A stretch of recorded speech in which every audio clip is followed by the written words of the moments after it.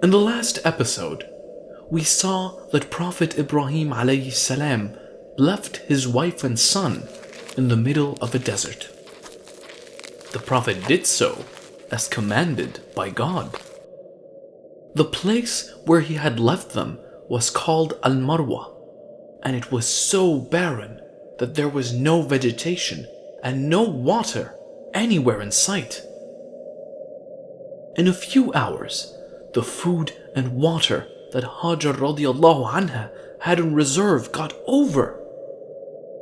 The baby soon got thirsty and started to cry. She ran to a hill close by called Al-Marwa, hoping to find somebody. She stood there and looked around, but she saw no one. Then she ran to the next mountain called Al-Safa, hoping to find someone from there. But she couldn't find anyone from there either. Then she ran back to the top of Al-Marwa, then again to Al-Safa. She kept running between these mountains 7 times. By the time she climbed Al-Marwa for the last time, she was very tired. It was then that she heard a voice. She kept quiet and waited to hear the voice again.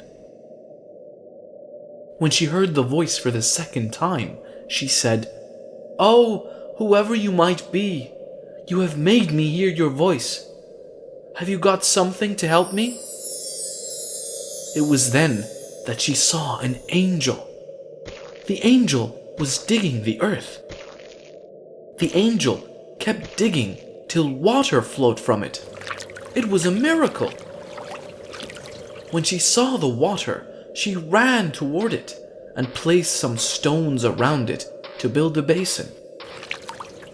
This place where the water rose is called Zamzam. Hajar radiallahu anha didn't go anywhere else and stayed at Zamzam. Many days had passed. One day, a few people were traveling through Mecca when they saw the birds flying around Al-Marwa.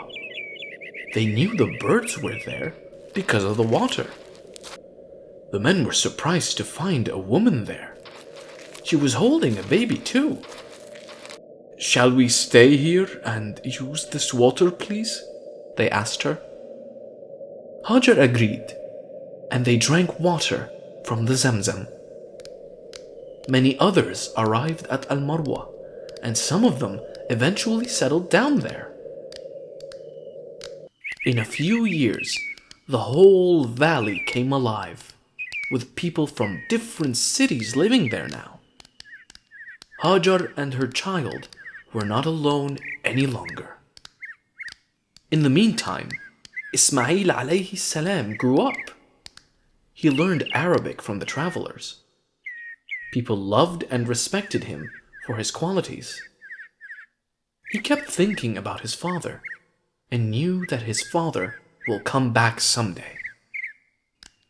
Ismail then married a local woman and lived his life in peace.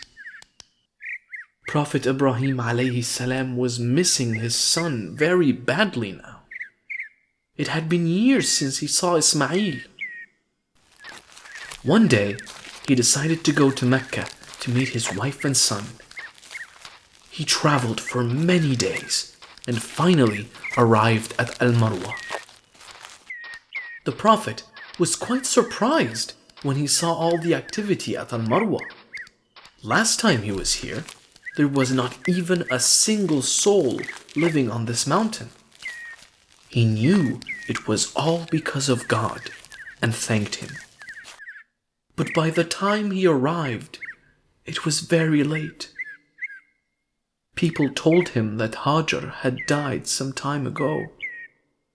The Prophet was very sad to hear this. And then the local people told the Prophet that his son Ismail was still alive. The Prophet was very happy to hear this. When Ismail heard the news that his father was back in town, he ran toward him. He could not believe his eyes. He was waiting to see him for so long. He hugged his father and he started crying. It was a happy time for both father and son. But the happiness didn't last for long. One day, God decided to test Ibrahim. One night, when the Prophet was sleeping, he saw a dream. In his dream, the Prophet saw himself killing his son as a sacrifice. When the Prophet woke up in the morning, he ignored it, thinking it was just a dream. But the next night, he saw the same dream again. This time, he realized that this was not just an ordinary dream. It was Allah asking him to sacrifice his own son. The Prophet went to his son and told him about the dream. Ismail understood that it was an order from Allah. He was a man of faith and realized that he has to comply. Do what Allah has asked you to, he told his father. The next day, the Prophet took a rope and a knife and set out for Mount Arafat, along with his son. Upon reaching the top of the mountain, Ismail asked his father to tie his hands and legs so that he may not struggle during the sacrifice. The Prophet obliged and tied his hands and legs. Then he blindfolded himself so that he won't have to watch his son suffer. Then he raised his knife for the sacrifice. But then, suddenly, he heard a voice. The voice asked him to stop the sacrifice and told him that this was just a test. The Prophet was relieved. His son was going to be alive. They hugged each other and cried tears of joy, for they had just passed a difficult test from Allah subhanahu wa ta'ala. Ismail alayhi salam joined his father in preaching to the people. They spoke about Allah and called people to Islam. One day, Allah ordered the Prophet to build a house for worship. The Prophet told his son that Allah had ordered him to build the Kaaba, and Ismail replied, "Do what your God has ordered you to do." They soon started building the foundation of the Kaaba. Ismail alayhi salam helped by carrying the stones, while Prophet Ibrahim alayhi salam built the house. When the walls got tall, Ibrahim alayhi salam could not reach the top. So, Ismail alayhi salam brought a large stone for the Prophet to stand on.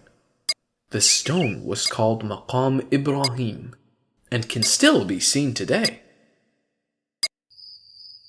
The foundation was soon completed, but there was a gap left in the corner. Ibrahim alayhi salam asked his son to find a stone to fill in the corner.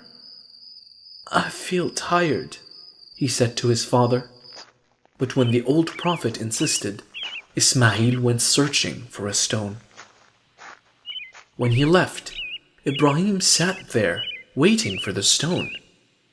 But then a miracle happened. An angel flew down from heaven carrying a stone. The angel told him that this stone was brought to earth by Adam alayhi salam from paradise. The stone was originally white, but because of the sins committed by the people on earth, its color gradually turned into black. Ismail returned after some time, and when he saw the stone, he was surprised and asked his father where it came from. "It was brought by someone who never gets tired," replied Ibrahim. They had finally finished building the Kaaba. They prayed to Allah subhanahu wa ta'ala to accept their work. Allah was very happy with the Prophet and his son for spreading his message, and proclaimed the pilgrimage among men. "They will come to thee on foot, and on every kind of camel, lean an account of journeys through deep and distant mountain highways. Many years had passed. The Prophet had grown old by now. One day, he was sitting outside his house and saw 3 men coming towards his house. The 3 men were actually angels sent by Allah subhanahu wa ta'ala. The Prophet welcomed them inside to have food. The strangers went in and sat down for food. The Prophet served them a roasted calf, but the strangers did not touch the food at all. The Prophet started to fear. Then the angels comforted the Prophet and asked him not to fear at all. They told him that they were actually the angels sent by Allah subhanahu wa ta'ala. They informed him that they came to his house to deliver news. They said that Allah subhanahu wa ta'ala was going to give them a son and that he should name him Ishaq. They also told him that his son would be a prophet. Sarah overheard this, and she could not believe her ears. She was so old now, and how could she have a child at this age, she thought. Then the angels said that all things are possible with Allah subhanahu wa ta'ala. And it was true. Soon Sarah got pregnant and gave birth to a child. The Prophet named him Ishaq, just as the angels told him. Prophet Ibrahim alayhi salam lived for 170 years. He lived a life full of trials, but he had a strong faith in Allah subhanahu wa ta'ala